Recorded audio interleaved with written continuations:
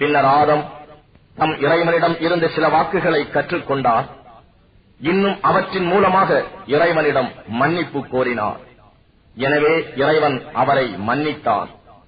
நிச்சயமாக அவன் மிக மன்னிப்போனும் கருணையாளனும் ஆவான். பின்பு நாம் சொன்னோம், நீங்கள் அனைவரும் இவ்விடத்தை விட்டும் இறங்கிவிடுங்கள்.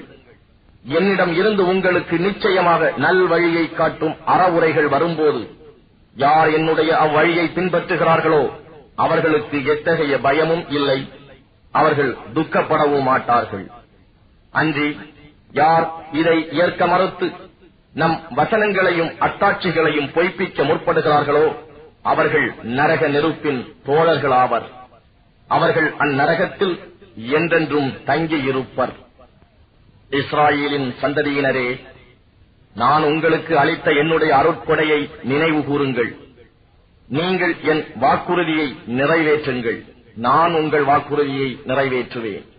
மேலும் நீங்கள் வேறு எவருக்கும் அஞ்சாது எனக்கே அஞ்சுவீர்களாக. இன்னும் நான் இறக்கிய வேதத்தை நம்புங்கள்.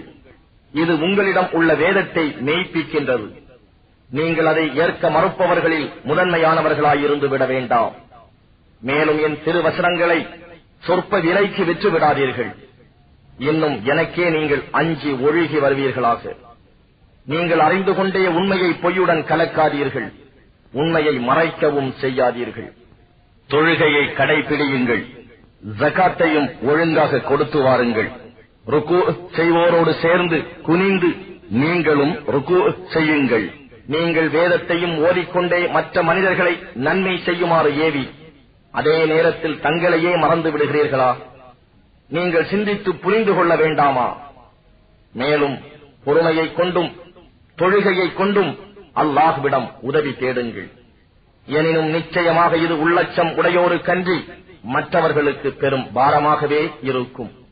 உள்ளச்சம் உடைய அவர்கள்தாம் திடமாக தாம் தங்கள் இறைவனை சந்திப்போம், நிச்சயமாக அவனிடமே தாம் திரும்பச் செல்வோம் என்பதை உறுதியாக கருத்தில் கொண்டோர் ஆவர். இஸ்ராயேலின் மக்களே, முன்னர் நான் உங்களுக்கு அளித்த அருட்கொடையையும் உலகோர் யாவரையும் விட உங்களை மேன்மைப்படுத்தினேன் என்பதையும் நினைவு கூறுங்கள். இன்னும் ஓர் ஆத்மா மற்றோர் ஆத்மாவிற்கு சிறிதும் பயன்பட முடியாதே அந்த ஒரு நாளை நீங்கள் அஞ்சி நடத்தீர்களாக. அந்நாளில் எந்த பரிந்துரையும் அதற்காக ஏற்றுக்கொள்ளப்பட மாட்டாது.